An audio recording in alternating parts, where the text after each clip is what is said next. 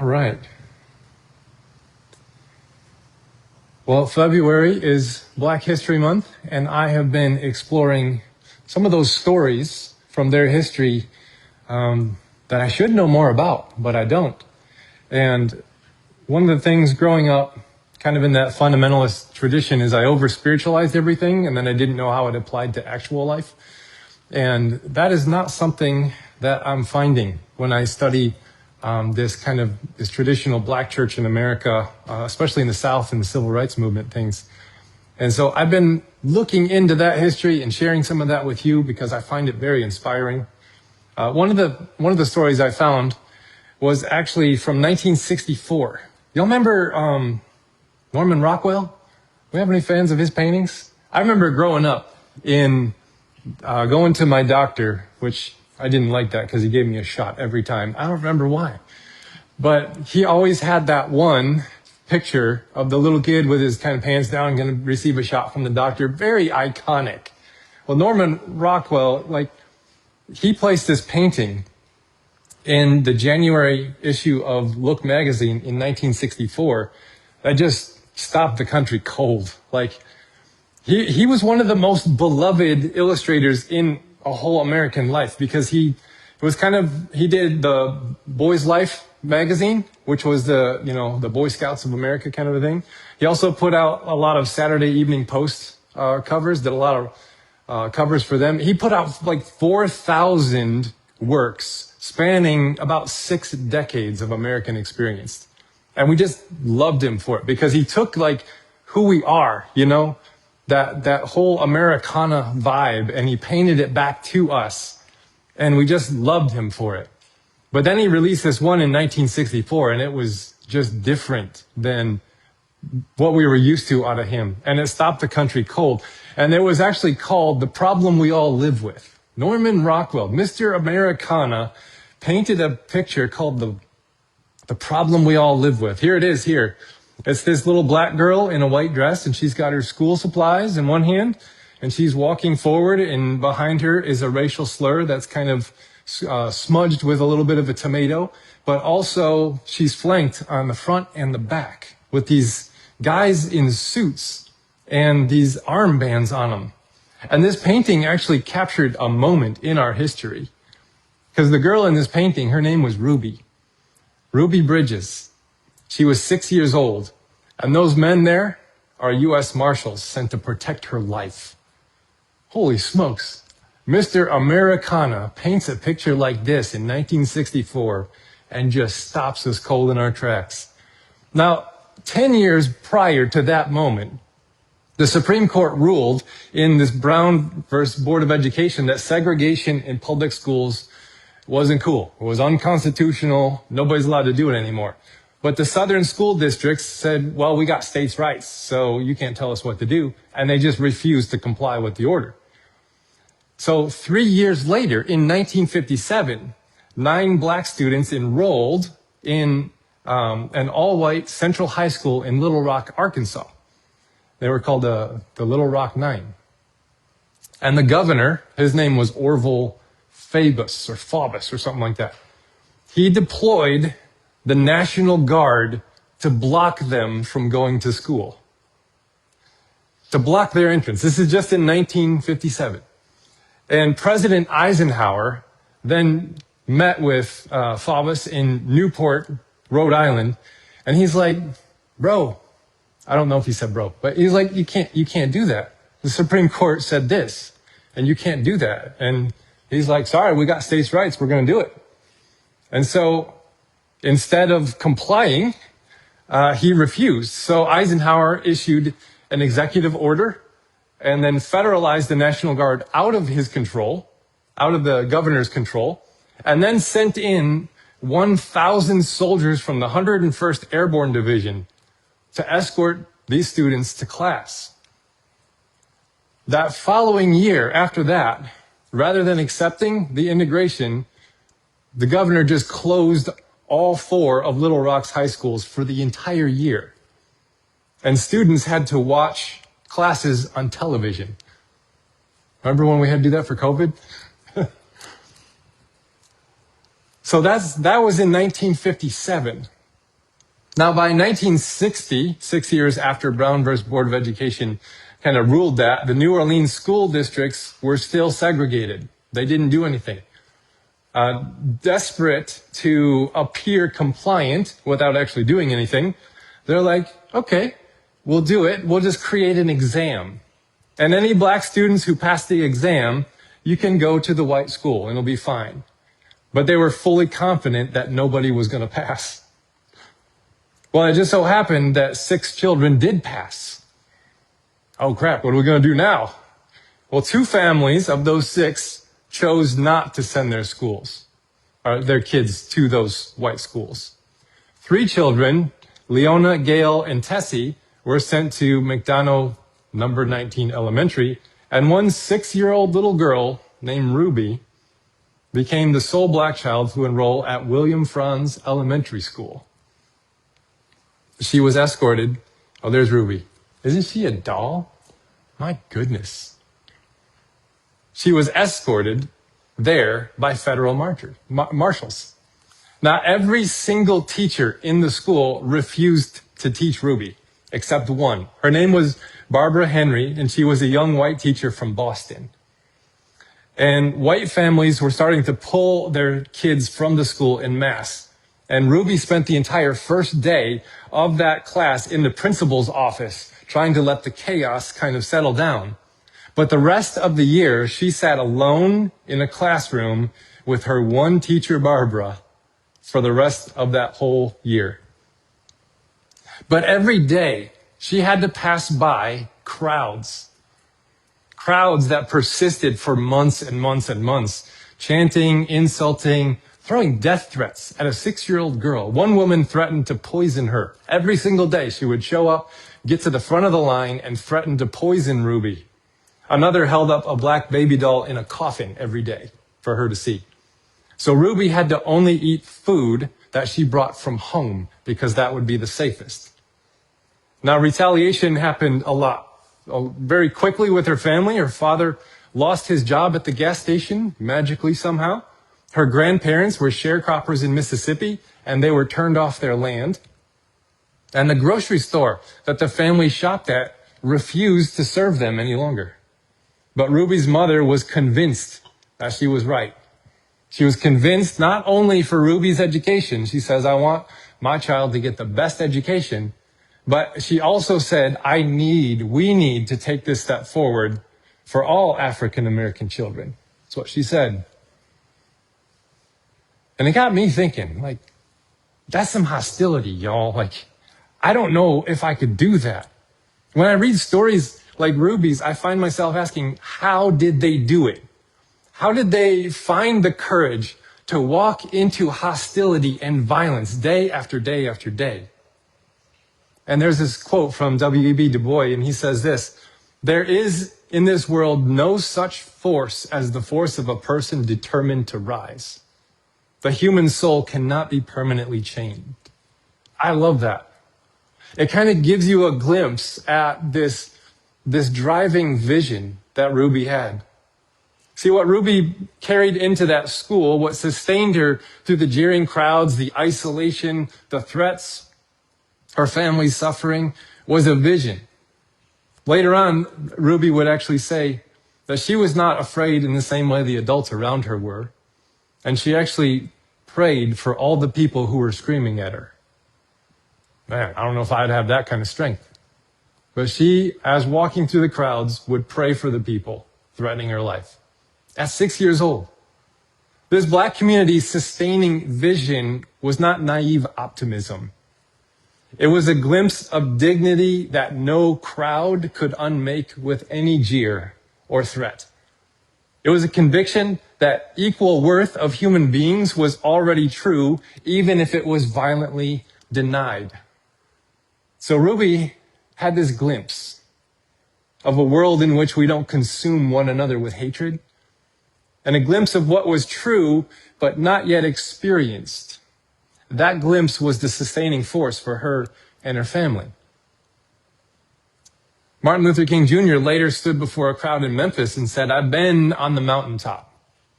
I've seen the promised land. I might not get there with you, But I want you to know that we as a people will get to the promised land. And he came down from that mountaintop speech, and the next day he was assassinated. He didn't make it to that promised land.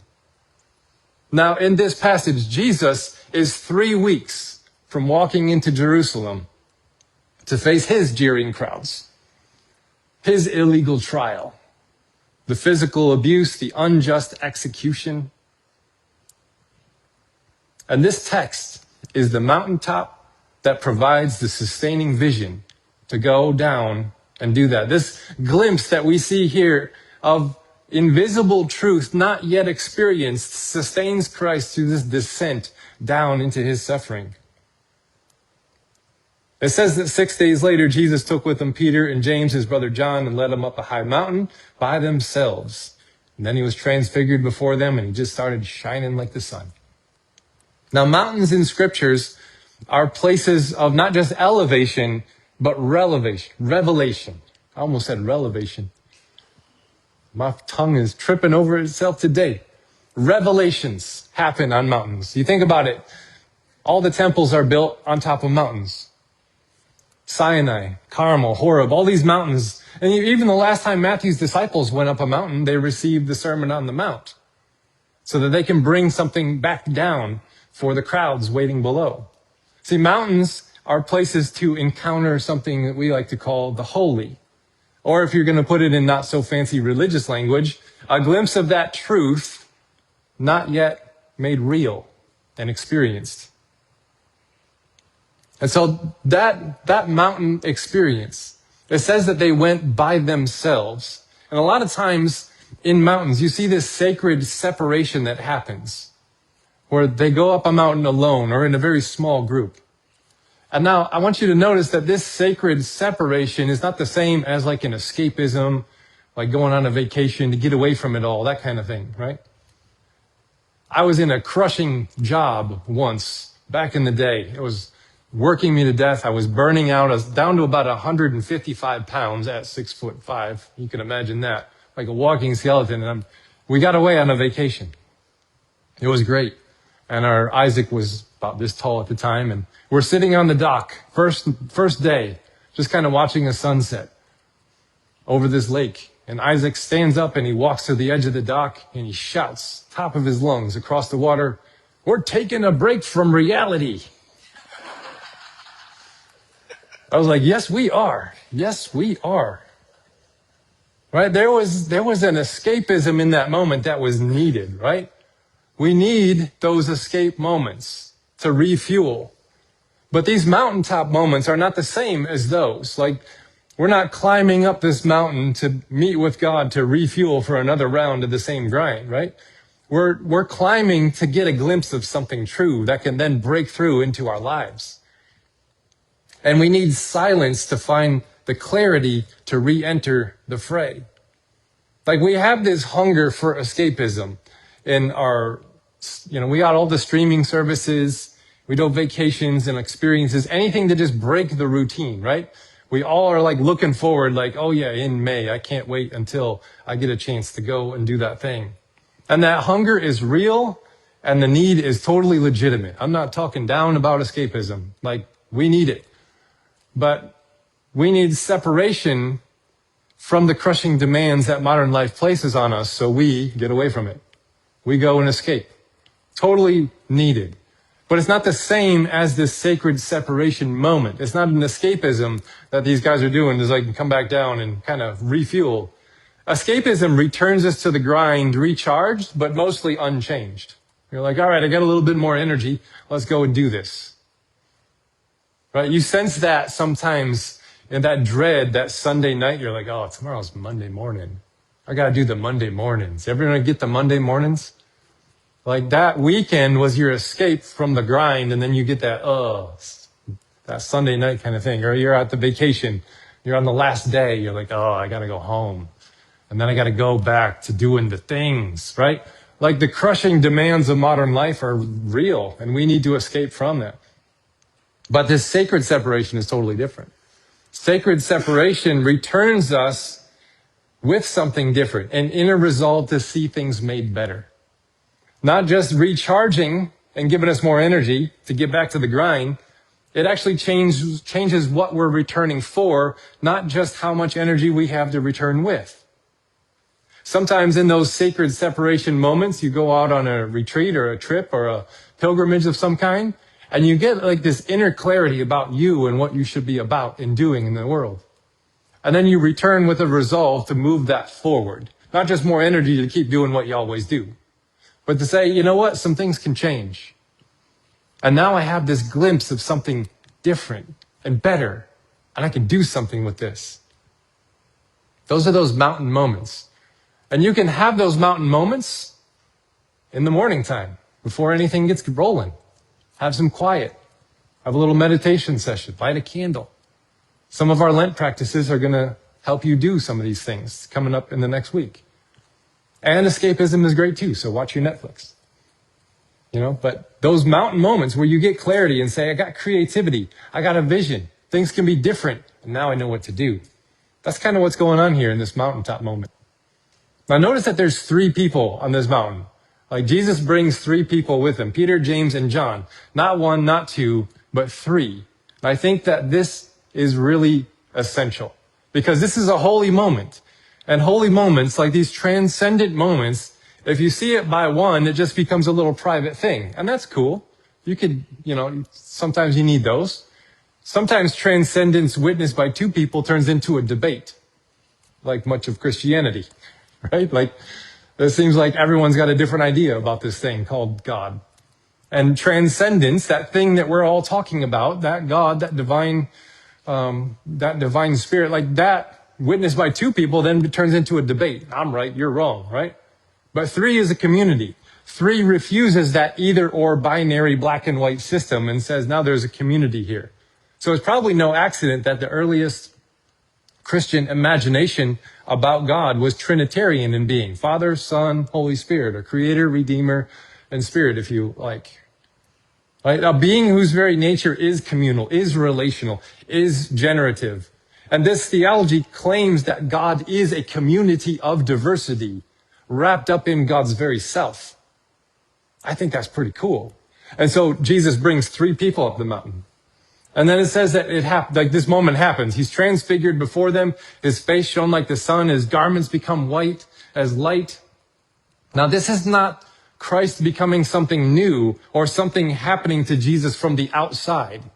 Like God is up kind of in heaven and is like, all right, now I'm going to zap you with the holy and bam, now you're all shining. That's not what's happening here.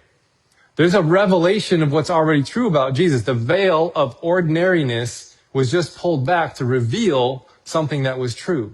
The same body that's going to hang on a Roman cross for treason and blasphemy now shines with divinity on this mountain. The same hands that will be nailed down are illuminated with light.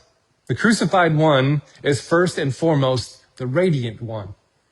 And this is a glimpse of what was true, but not yet made real. Mountaintop moments of clarity like this give us resolve to go and work and make the good and true and beautiful experienced realities amongst our communities. This Orthodox bishop, Callistos Ware, he said this: the transfiguration was not just a revelation of Christ's glory, but the revelation of what humanity is called to become, bearers of uncreated light. This moment is not just a religious spectacle for the disciples to watch and cheer on. This is the destiny that they are being invited to participate in. And so are you. When you get a glimpse of Christ on the mountain, it's not just claiming, something that's real about Jesus. It's also what is real about you. That vision propels us down the mountain with passion to change things for the better. This moment of Christ shining reveals your destiny, reveals what Christ has made true about humanity that we now need to experience by cultivating it. So this isn't something the disciples watch. It's a destiny they're being invited to participate in. Now, these glimpses are not given to inflate the ego and say, look how awesome I am. God gave me this awesome vision. It actually is the opposite of that. It grounds the identity down to the ground. We need moments that reveal what is true and good and beautiful to us, not so that we can cling to them, but so that we can carry them back down into our Monday mornings. Otherwise, we're going to spend our lives striving to acquire this identity that is being declared over us already, when we should be waking up to the fact that it's already true of us. That voice says, "This is my son. I am pleased with him." That's not tied to his performance. That's not tied to what he's doing. That's just true about him. And this moment is also the revelation of our destiny and what God already thinks about all of us. You are the beloved of God. That is already true. You don't have to earn it or try to get it or be cool enough to achieve it one day. It's just already there. Then something interesting happens. It's like this heavenly staff meeting. It's like, this one couldn't have been an email because it didn't exist then. Moses and Elijah appear and have this little holy staff meeting going on here. Well, like, what's happening? It says here, suddenly it appeared to him, Moses and Elijah, and Peter said to Jesus, "Hey, that's cool." That's Greek for whatever. He's like, "If you want, I'll set up some tents here and we can just kind of camp out here for a while." And then while he's still speaking, that voice booms forward, interrupts Peter and says, "This is my beloved son and I'm well pleased with him." Now this Moses and Elijah figure, they're very key in the history of these people. That's the law and the prophets. And they are in conversation with Jesus, but notice that they're not bowing down before him. This is cool because law and prophecy are in dialogue with love. A love that is wrapped in a human life, experiencing a human culture run by human systems that lean towards favoring the powerful and crushing the vulnerable. Now, Moses freed his people from slavery in Egypt. He was the liberator. And Elijah stood up before a corrupt king and refused to bend. His name was Ahab. And Luke actually tells us in his gospel that the conversation they were having was about his coming exodus, which was actually the name of the book that Moses is in. His departure, his liberation project. They're talking about that. That's to come. We like to over-spiritualize this moment, though, right? Two very holy people meeting with this very holy man 2,000 years ago on a mountain way back there. That's cool. But framing that in that way keeps this at a safe distance from our heart to impact us and change us. Because we'd sometimes rather spectate than participate, right? We're a little bit nervous to try something. And when it comes to our spirituality, spectating doesn't do anything for us. We have to participate in it. So what does this moment mean for us? This is the question that brings this moment right into our lap. What are we going to do with it? So these two, Moses and Elijah, they're part of Christ's story. His cloud of witnesses, as Hebrew would call them, or the ancestors, as the indigenous tribes would call them, right? Somehow, there's a tribe or a cloud of witnesses that accompanies us. Hebrews tells us about that. There's a great cloud of witnesses that have gone before in death. Somehow, our cloud of witnesses accompany us on our journey of transfiguration as well. This is something I've found out, right? Who has accompanied you on yours? Who's left an impact on your life? So wonderful that even after their passing, they still continue to guide you. A grandparent, a parent, friend, a spouse, a sibling, a child. Like their love sticks with you as a compass and a guide. And they give their love to you, and it's something that you have. It's an active force in your present reality, not a mere memory of things that used to be. Sometimes it's a saint, a poet, a musician, an author that you never got to meet in person, but their works have influenced you. Thomas Merton is one for me. And there's somebody whose ideas formed the values that still direct you to this day. Like, I don't really know how it works. I just know that it happens to be true. Our becoming is always a communal act, and not just the people around us, but we have a great cloud of witnesses of people who have gone before us. We can't do our lives alone. Our becoming is wrapped up in all the people around us.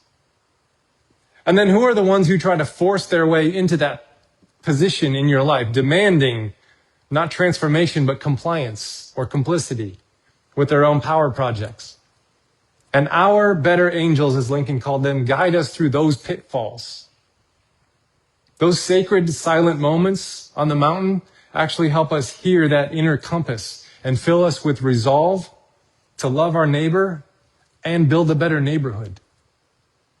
If you really want to love your neighbor, don't just practice acts of charitable kindness. Those are great. Also build a better neighborhood. That's how we love our neighbor. Now, this whole thing is happening. The cloud of witness, we got Moses, we got Elijah, and Peter decides to interrupt Jesus' meeting with a plan. He's got a plan. I'm going to domesticate this moment. We're going to capitalize on it. Here we go. When we encounter something genuinely holy, our first reaction or instinct is, how do I preserve this? How do I keep it? How do I monetize on it, institutionalize it, manage it, capitalize on it? How do I use this for my benefit? Want to know something I did once? I stole something once. 2015, I was finishing up my doctorate degree. It was such a transforming thing, and I was on site, and we were in this little hotel. It was a little lodge on the Pacific Ocean. And I had my coffee every day in these blue little coffee mugs. And it was just a transforming experience. And the end was coming, and I was going to have no more times with these people or at this lodge. It was my 4th time there. I put the coffee cup in my bag. I took it home. It was a cheap little coffee cup, and I felt so bad when I got home. And you know what? 2 weeks later, it broke. We have these mountaintop moments. It's changed me. I want to own it now. I need to have it. It's mine. This is what Peter's trying to do here. He wants to domesticate the mystery. He wants to package the presence of God into something from which he can dispense access to other people. He wants to make a shrine. But the glory on this mountain is not something to be packaged. It's something to participate in. The voice from the cloud interrupts Peter's plans, because it says, while he was still speaking. And God doesn't say, hey, listen to the institution, to the doctrines, the traditions, the authorities. God says, listen to him. That's important. The voice names the deepest reality of Jesus. It says, this one's my beloved son. Listen to this one. And that is not something that Jesus earned. It was something that Jesus was. It's not contingent on his performance or productivity. It's just declared and given. And it's true of you. It's true of Christ. And just like Ruby Bridges realized, no earthly power gave it to you. So therefore, no earthly power can strip it from you. And no religious power can bestow it upon us either. It's something that's yours. As Evagrius Ponticus, with the most pontificate name, said once, do not seek to possess God. Let God possess you. Every time you try to define God, it's an attempt to own God. To attempt to commodify this, to build a religious institution that claims authority to then dispense belovedness to other people and withhold it from others is to seek to own God and not be owned by God. And it's our work as the people of God not to dispense this to other people, but to help them discover it within themselves, to act as guides. And guess what? We can only do that insofar as we have discovered it in ourselves. It says, then the disciples, overwhelmed, fall to the ground in fear, which is the totally appropriate response at this time. Because God cannot be managed, only met. The holy has never been safe. It undoes that protective insulation that we build around ourselves to manage and control our own life. And the holy always dismantles the illusion of control that we have. But what feels like fear is actually the threshold of transformation. Because that old fearful way is about to collapse under its own weight. And fear is always the final defense against love. And you can notice it in yourself or others as this like coiled defensive posture, always ready to counter before the previous sentence is even finished. Have you ever felt that coiled spring ready to burst within you, like, oh, I'm ready to fight? That fear right there, that coiled spring, is actually the threshold of experiencing love and transformation. So the falling down is what allows them to rise up. This is really cool. It says that Jesus came and touched them, and said to them, "Get up, do not be afraid." Now he does not lecture them. He does not explain to them. He touches them. The word becomes flesh again, right on this mountain. Immediate, particular, physical. Love communicates what an argument cannot. And this touch gives them the vision, what the vision alone couldn't give them, the courage to actually move. And the word he speaks is rise or get up, and that's the same word used for resurrection. And this definitely feels like a resurrection. This old fearful self has gone through a kind of death and arrived at a place of hard-won acceptance, not full understanding, but a resolve. And we like to treat these little resurrection moments where we've experienced a great transformation as like, I finally got there. I finally arrived.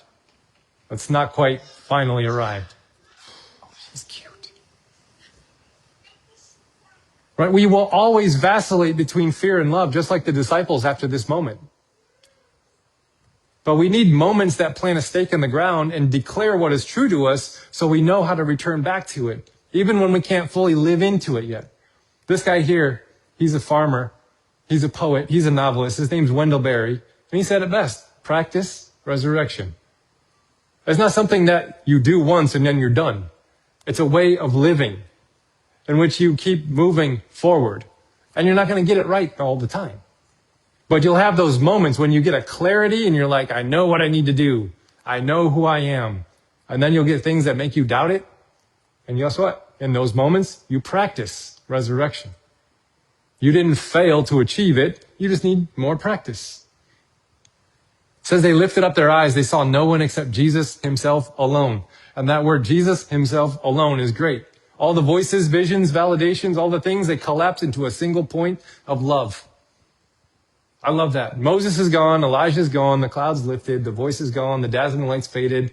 There's only one person left, the friend who's going to walk with them to Jerusalem, who will be arrested, who will be tried and executed by this machinery of corrupt religion in the hands of imperial power. And he says, I am your friend and I will walk with you through this hard time. This is enough. After all the overwhelming glory, this ordinary man standing before them is enough. And what actually looks like diminishment, right? He was like shining like the sun and everything was great. And this thing is like, oh, now you're just regular Jesus again. It looks like diminishment, but it's actually a clarification that happens. But they don't have words for the moment yet. He's like, don't tell anyone about this until I've risen from the dead. You cannot try to explain this to people. The most potent truths can't be understood until we have participated in them. Right? You have to participate and practice resurrection until you have words to put around it. And sometimes those words are given to you in a book or a person or a message or a song or something. You're like, yes, that. Those are those times when those things that have been in you, you're not sure how to say them. And all of a sudden it's like, there it is. And when we don't try to wrap words around the holy things before we're ready, then that silence around it actually protects the truth from being trivialized or commodified or weaponized. Because some things can't be spoken until they've been lived and suffered and resurrected into. And the vision must survive the difficulty of life before it can be proclaimed as good news.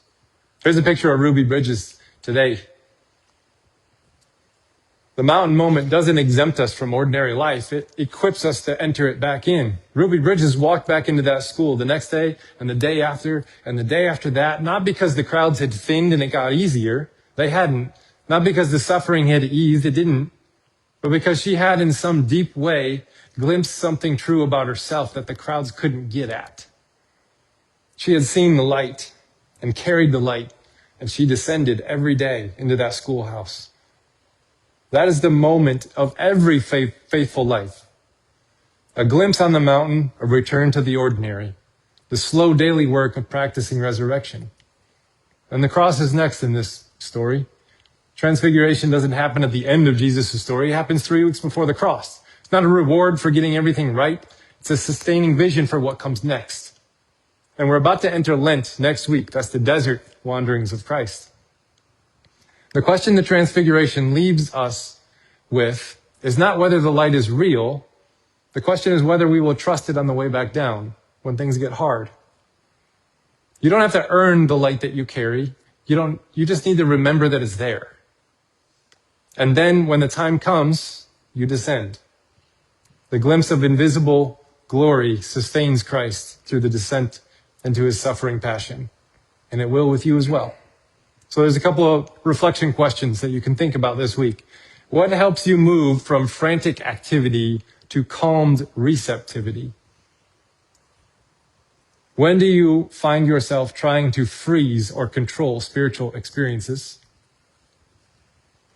What scares you about genuinely encountering the holy? And then here's a spiritual practice for you to try this week. Sacred reading. Pick an ordinary, or sacred seeing. Pick an ordinary object, a stone, a leaf, and just spend 20 minutes trying to see something new about it that you never noticed about it before.